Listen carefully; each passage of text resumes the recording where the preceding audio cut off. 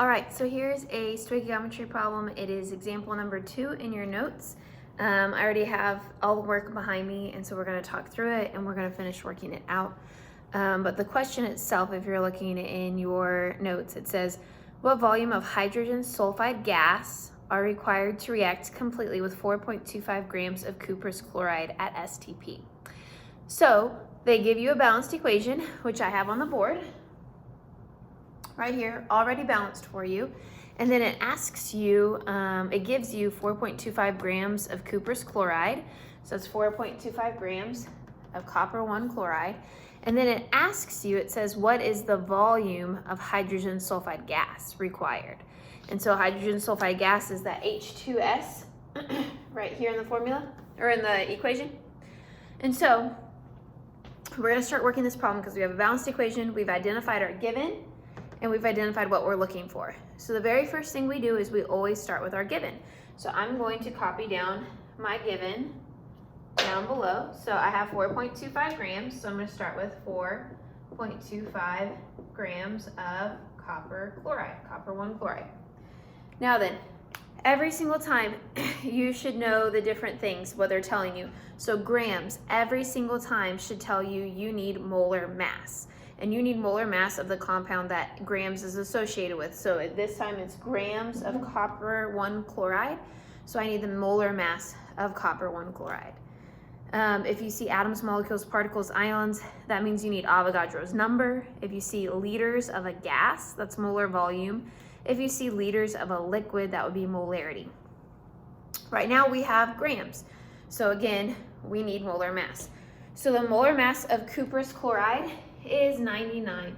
So that's 99 grams per mole, or in other words, for every 99 grams of cuprous chloride, I have 1 mole of cuprous chloride. So I need to set this up to where units cancel. So I want grams of cuprous chloride on the bottom. So that means I need that 99 grams of cuprous chloride to go on bottom to get units to cancel. And then on top would be the 1 mole. So grams cancel grams, because it's of the same compound, which would be cuprous chloride. And now we're successfully converted into moles of cuprous chloride. Once we're in moles, this is on your heart chart, this is like the heart of chemistry. This is where we switch compounds. This is where we can go anywhere. And the first thing that we want to do is go to the new compound, the one that they're asking us about, which in this case is the hydrogen sulfide gas. So to switch compounds, I need my mole to mole ratio, and I find that in my balanced equation. I'm just looking at my stoichiometry coefficients. So cuprous chloride is CuCl. So right here, CuCl, and there is a 2 in front. So that means that for every 2 moles of cuprous chloride, I can make, and now for this I can compare it to anything, but we want to compare it to the one they're asking us for, which would be hydrogen sulfide. There's nothing in front of hydrogen sulfide, which just means that it is a 1 hydrogen sulfide. So that is our mole to mole ratio. And we get those again from the stoichiometry coefficients. There's a 2 here, there's nothing there, so that means it's a 1. So it is a 1 to 2 ratio. Now I want units to cancel. So I have moles of cuprous chloride on top. So that means I want moles of cuprous chloride on bottom. So that means I'm going to put the 2 on bottom because there's a 2 in front of cuprous chloride.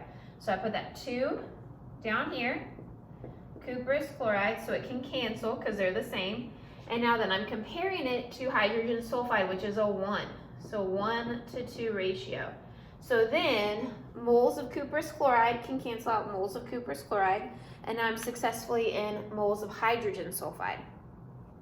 It doesn't ask me for moles of hydrogen sulfide, it asks me for liters of hydrogen sulfide, and it's a gas. It even tells us, it says what volume of hydrogen sulfide gas are required. And so since it's a gas, we need molar volume. Again, this is one of those things. Grams, you need molar mass.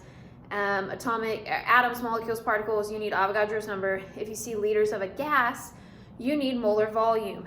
Molar volume is 22.4 liters is equal to 1 mole of any gas if you're at STP, and we are at STP in this problem.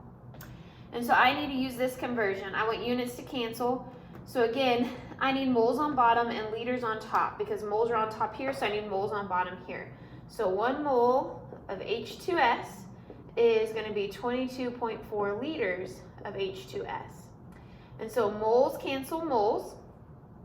And then I just do the math. I'm taking 4.25 times 1 times 1 times 22.4. And then I'm going to divide it by 99, and I'm going to divide it by 2. And when you do this, you should get the answer to be 0.481 liters of hydrogen sulfide. Okay? And so that's this example problem. You can pause it and rewatch it over and over again, but hopefully that's making sense how we're doing these things. There's these different steps. And so once you get to moles, you always use your mole to mole ratio to switch your compound. And then you stop whenever you get to the units that they're asking you for. And so if they ask you for grams, you need molar mass. If they ask you for atoms, molecules, particles, you need Avogadro's number. If they ask you for liters of a gas, you need molar volume. If they ask you for liters of a liquid, you need molarity. If they just ask you for moles, then you can stop after you do your mole to mole ratio because you're good, you're there.